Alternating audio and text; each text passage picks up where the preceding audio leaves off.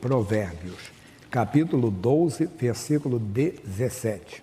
Ele diz assim: o que diz a verdade manifesta a justiça. Não é apenas dizer sim é sim, não é não. É mais do que isso. O que, pastor Jaime? Preste atenção, o que diz a verdade é que manifesta a justiça, mas a testemunha falsa engana. Vamos para o Novo Testamento, versículo bem conhecido nosso, João capítulo 17, versículo 17. João 17, 17. Diz o Senhor: santifica-os na verdade, a tua palavra é a verdade. Então, o que diz a palavra de Deus, o que confessa a palavra de Deus, o que assume a palavra de Deus, esse manifesta a justiça, que é o poder de Deus, o agir de Deus na nossa vida. Mas por que Deus não está se manifestando? Vê se você está falando a verdade. Imagine que eu vou ao médico e o médico diz: eu tenho uma úlcera, um exemplo, né? Então, não é errado se eu falar, estou com uma úlcera. Não, então o que eu faço? Eu entro em oração, repreendo a doença, claro, por favor, entre aspas, tomo o remédio que o doutor mandou, faço o tratamento que ele mandou, fecha aspas, faça a oração, entenda que é a nossa parte.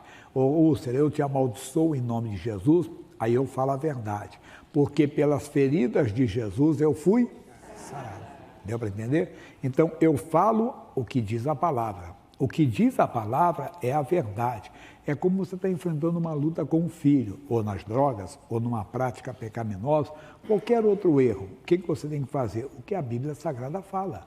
A Bíblia fala no Salmo 127, versículo 3, eis que os filhos são herança do Senhor. Mas ele está nas drogas, ele está numa prática pecaminosa. Mesma coisa, entre oração, manifesta, entenda bem, o poder de Deus como falando a verdade.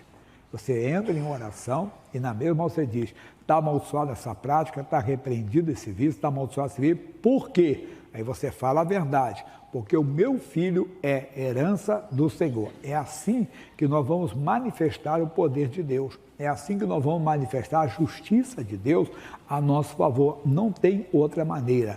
Veja só o que o Senhor Deus fala, que isso é importante. No livro de Josué, nós conhecemos bastante. Josué é o 6º livro da Bíblia. O capítulo é o 1º, os versículos 7 e 8. Só assim que manifestamos o poder de Deus. Ele diz assim para nós, capítulo 1, versículo 7. Não, tão somente esforça-te e tem muito bom ânimo para teres o cuidado de fazer conforme toda a lei que meu servo Moisés te ordenou. Era a palavra de Deus para eles, a lei. A palavra de Deus para nós é o Evangelho de Cristo. Então, bem claro, o Evangelho é a palavra de Deus para nós. Então, é a lei de Deus na minha vida, na sua vida. Dela, do Evangelho, no nosso caso, não te desvies nem para a direita, nem para a esquerda. Por mais que seja, eu falei à senhora, fale a verdade. Quem fala a verdade é que manifesta a justiça. Quem fala o que diz a palavra de Deus. Se, por exemplo, pecado, você tem um erro, você tem que confessar. Se não confessar, você não manifesta a justiça de Deus. Porque a Bíblia diz: se confessarmos os nossos pecados. Se tem pecado, você tem que confessar, não pode se desviar disso, não tem jeito. Não tem outra maneira do pecado ser perdoado. Quando? Quando fala a verdade. Mas falar o quê? Não só o fato verdadeiro, mas falar a palavra. Eu estou confessando porque a palavra de Deus diz: se eu confessar o meu pecado, ele é fiel e justo para me perdoar. Então eu vou falar a verdade. Aí ele diz: não te desvie nem para a direita, nem para a esquerda, para que prudentemente o conduzas por onde quer que andares. Atenção, não se aparte da tua boca o livro desta lei. Antes medita nele dia e noite, para que tenhas cuidado de fazer conforme tudo quanto nele está escrito, porque então farás prosperar o teu caminho e então prudentemente o conduzirás. Isso é para mim, para você. O quê? Que nós já aprendemos. Josué, não se aparte da tua boca o livro dessa lei, fale de acordo com a palavra. Josué, antes medita nele de dia e de noite, pense de acordo com a palavra. Josué, olha o que ele está dizendo assim: para que tenhas cuidado de fazer conforme tudo quanto nele está escrito. Então, é as 3 coisas que já estudamos bastante. Você tem que falar, pensar e agir de acordo com a palavra, de acordo com a verdade. Aí você vai manifestar Deus na sua vida. Aí você vai ver, ele está dizendo para nós, para que prudentemente te conduzas por onde quer que andares. Matéria nova agora, vamos para Deuteronômio, capítulo 12, versículo 10. Deuteronômio é o livro antes de Josué. É o vizinho aí da esquerda, capítulo 2. Diz: mas passareis o Jordão, e habitareis na terra que vos fará herdar o Senhor, vosso Deus, e vos dará repouso de todos os vossos inimigos em redor, e morareis seguros. Quem não conhece o Salmo 91? Aquele que habita no esconderijo do Altíssimo, à sombra do Onipotente descansará. Deus não tem um lugar para você se esconder, Deus está na sua palavra. Nós passamos o Jordão, tem que passar o Jordão. Não fique zangado comigo, tem pessoas que estão na igreja, costumamos dizer, são simpatizantes, gostam do evangelho, gostam da igreja, mas não passaram o Jordão, não passaram pelas águas do batismo. E a Bíblia diz, quem crer e for batizado, será salvo. O batismo é o testemunho público de que você aceitou Jesus? Também é, mas é mais. É o despojamento do corpo da carne, é o despojamento do corpo do pecado, é o sepultamento do velho homem, é a circuncidação no coração, é a pessoa pronta para andar em novidade de vida, porque houve a remissão dos seus pecados. Precisamos. Se você está na igreja, ainda não passou pelas águas do batismo, você ainda não entrou nessa terra. Você ainda não está como testemunha da verdade, da palavra de Deus, que diz que quem está em Cristo é nova criatura. Então é necessário passar pelas águas do Jordão, das águas do batismo. Aí ele diz para nós então, e ele diz, e habitareis na terra que vos fará herdar o Senhor vosso Deus. Já ouviu falar de Antigo e Novo Testamento. É aqui que nós temos que habitar. Aqui é o esconderijo do Altíssimo. É aqui que você vai se sentir seguro.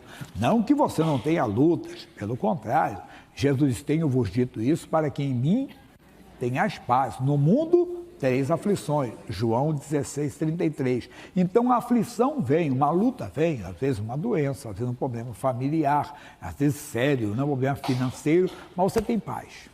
Por que você tem paz? Porque você habita aqui. Você anda com o Senhor, você habita nessa terra, você está nessa terra. É aqui que você tem que estar, é aqui que você tem que viver. Aqui que você vai ser uma pessoa bem-sucedida.